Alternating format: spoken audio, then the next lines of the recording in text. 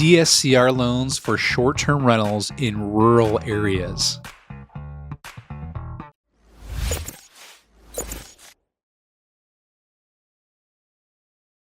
Hey, what's going on, everybody? It's Jeff Trevarthen, Jeff the Mortgage Pro. Thanks so much for watching. This is a really good one today because I get this question a lot, especially in different areas of the United States that people are looking for. Can you do a DSCR purchase on a short-term rental in rural areas? And my answer is going to surprise you.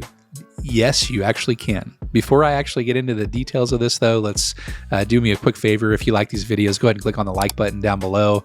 And if you really like these videos, I'd love to have you as a subscriber to my channel. And I try to put these videos out as much as possible so that you can learn about real estate finance and in particular loans for investors.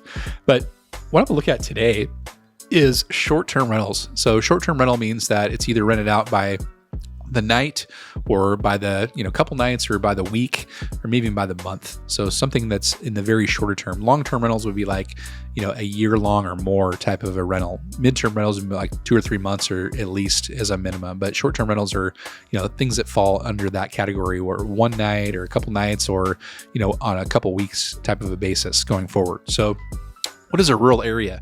It's a place where there's not a lot of people. It might be an area where there's just not a lot of houses. There's people have lots of property in rural areas, but oftentimes it's really hard to do DSCR loans. In particular, it's hard to do any type of loan really in rural areas. But for these special products and specialty lenders that I have, we can actually do these types of loans in rural areas. So why would you be attracted to a rural area to begin with? Maybe you actually live there, number one, or maybe number two, maybe there's a destination that's near those rural areas. So a lot of times you can find properties in rural areas that have lower property prices.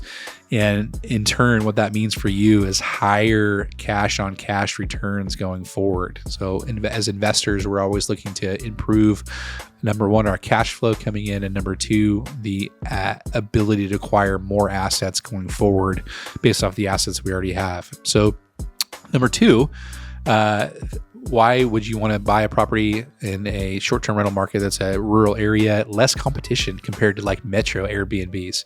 Like, where are you going to find property, in rural areas? It's, they might be very specific.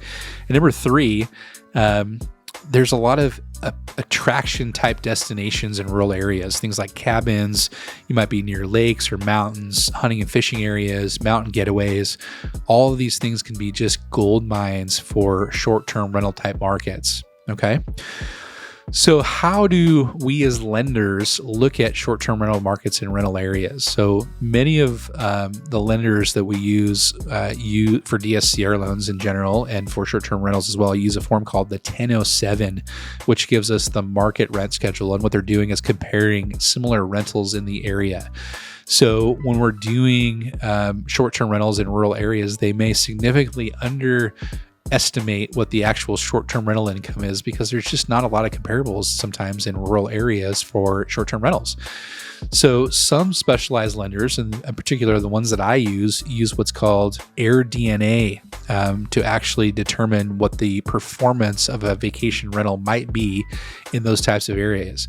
So if you don't know what AirDNA is, it's a data aggregator that takes and looks at data from the other potential from Airbnb, VRBO, and pulls that data in and it analyzes what the potential rental income of that property is going to be based off the bedroom and bathroom counts. And then it also tells us what the potential occupancy of that property is going to be going forward. So when we're looking at rural areas, a lot of times maybe they're by national parks. And again, they could be different types of destinations that people want to travel to. Sometimes they could have seasonality, but that occupancy is going to determine how often on average that property can be rented out on a monthly basis. Usually we want to see about 50% or more on a monthly basis to be able to use that AirDNA data, but it's super helpful to be able to help us determine what the potential rental income is going forward, especially if the 1007 data is just not that accurate because maybe the appraiser doesn't have very good data when they're trying to do something like that. Okay. Rural markets can be, they can definitely raise concerns because of vacancy rates and definitely seasonality, right? I mean, if you have a place like I don't know. There's lots of places that have seasonality. I don't even have an example off the top of my head, but let's say you're going to, Vail, Colorado, and that's a fairly, it's not super populated, but there's definitely population there. But let's say you're on the very outskirts of Vail, Colorado, and you have a property there. You could definitely have some seasonality. I think that winter would probably be a really great time to be there. And I think even in the summertime would be a really great time to be there. But maybe the spring and the summer might be the off seasons and something like that. So that would be an example of something that has seasonality.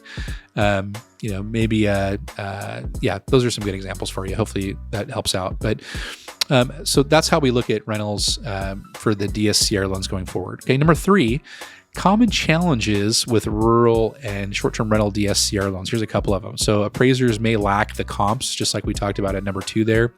The HOA or zoning restrictions could block short-term rental usage. I know a lot of places along the coasts, in certain towns, they have regulations of, limiting the number of short-term rentals in there. I see why they do it. At the same time, it's your property and you own it. So I think you should be able to have a say in what you do with your property going forward. And then number 3, lenders may require lower loan to values. In other words, more down payment when you're acquiring these type of properties because they're in a rural area and just because they need to make the numbers work appropriately. But, again, the good news is we can definitely look at properties in rural areas and do short-term rental DSCR loans for you going forward. Number 4, here's a couple tips for you to get pre-approved for these types of loans. So use lenders who specialize in short-term rental DSCR loans and accept Airbnb income documentation. Right here, I can help you out with those ones. So, love to have you reach out to me for those types of things.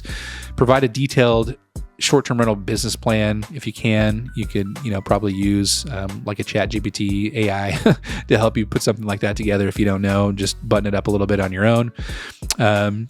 You want to make sure you project occupancy. Again, you can use tools like AirDNA to help you determine what that might be, the nightly rates, and then your marketing strategy. How are you going to get it out there so that people know about it? Airbnb is a great place to do it. Vacation rental by owner, and I'm sure there's plenty of other places where you can advertise your short-term rentals, maybe for cheaper than those other 2 main hubs that you have out there. Okay, or maybe it's just even by word of mouth to get it out there. Okay, so 4 tips to help you get DSCR loans there. What makes short-term rentals attractive? We went over that. How do DSCR lenders view short-term rentals in rural areas? Common challenges with short-term rentals and their comparables, and then the tips to get pre-approved for short-term rentals in rural areas. So if you have any questions at all, or you're thinking about buying a property that's a short-term rental in a rural area, or you need to refinance a property that's a short-term rental in a rural area, I'd love to be the one that helps you out. I'm going to put my calendar link down below. And if you have any questions at all, please feel free to reach out to me, and I look forward to chatting with you again really soon. Have a great day.